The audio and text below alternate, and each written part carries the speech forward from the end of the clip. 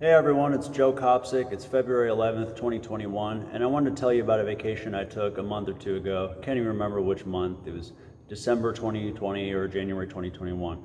I drove from Chicago to Tampa, Florida, and along the way I decided to visit just whatever was remotely interesting. And kind of like the episode of The Simpsons where Bart steals Homer's car and drives his friends to Knoxville, because that's the site of the 1982 World's Fair, that's where I ended up. I wanted to go see the Sun Sphere, which looks like this in the cartoon version on The Simpsons.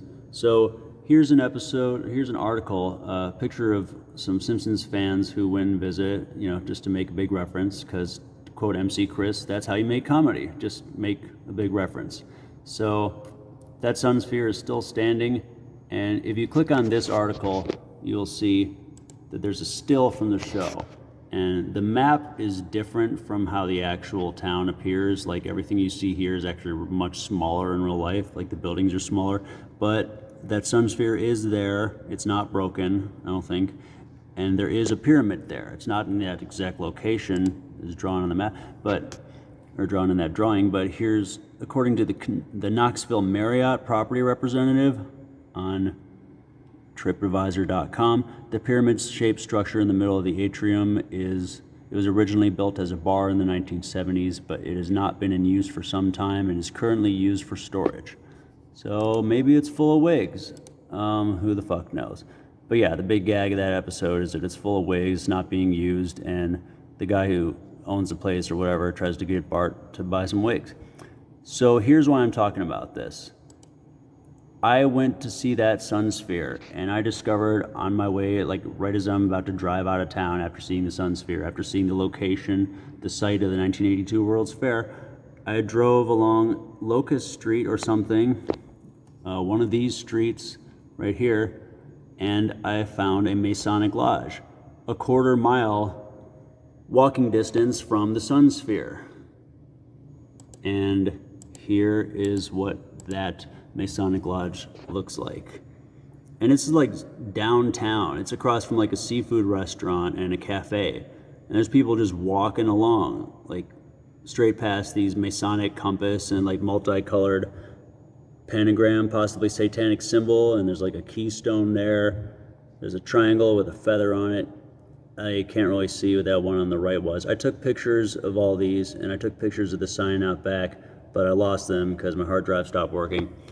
But it looks really weird to just have a giant Masonic Temple right in the middle of a big downtown area. It's not that big, but yep, Sun Sphere right in the background. So it just makes me wonder if the Simpsons knew this. It's like, I'll get to that in one sec, but the Masonic Lodge is named after Charles H. McKinney, who died in 2005. He was an occupational therapist and later became the head supervisor of occupational therapy for both the Brecksville VA Hospital, that's Veterans Administration Hospital, and Wade Park VA Hospital. Funeral held in Johnson City, Tennessee. So I don't know who this guy is. I don't know much about him. That's all I can find.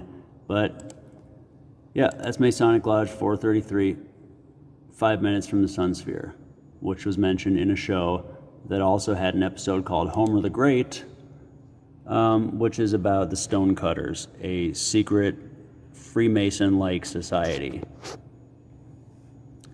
I think that's pretty peculiar.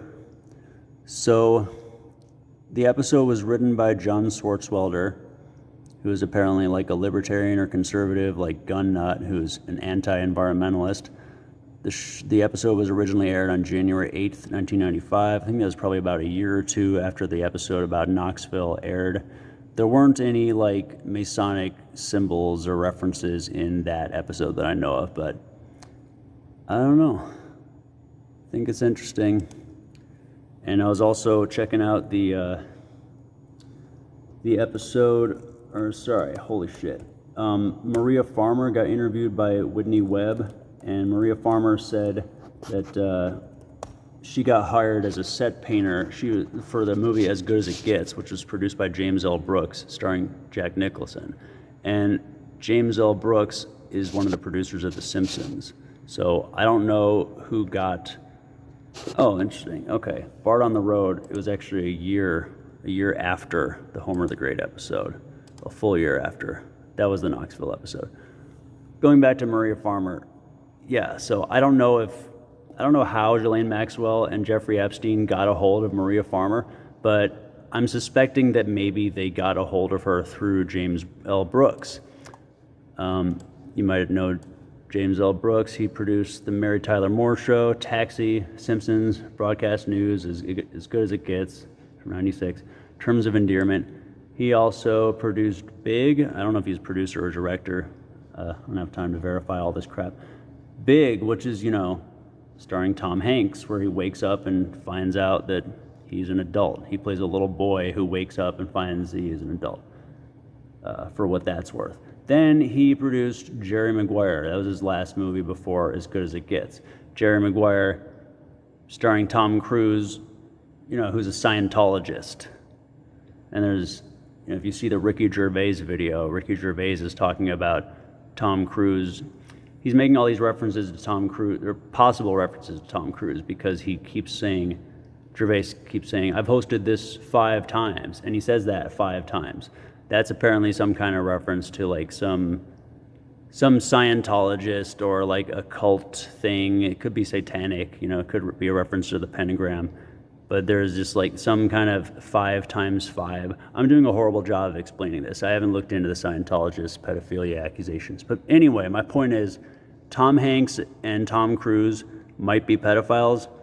James L. Brooks is working with them, and he might have helped Epstein and Maxwell hire Maria Farmer as what she described as a court painting slave. She said that she was taken against her will and made to paint things for Jeffrey Epstein after he stole nude photos that she had taken of her sisters, which she was studying when she was a teenager in order to learn anatomy. So Epstein or Maxwell broke into her house and stole her photos intended for art studies, and basically turned them into child pornography by looking at them the wrong way and refused to relinquish those photographs. And Farmer has evidence of this, and she says the FBI has just refused to look at it.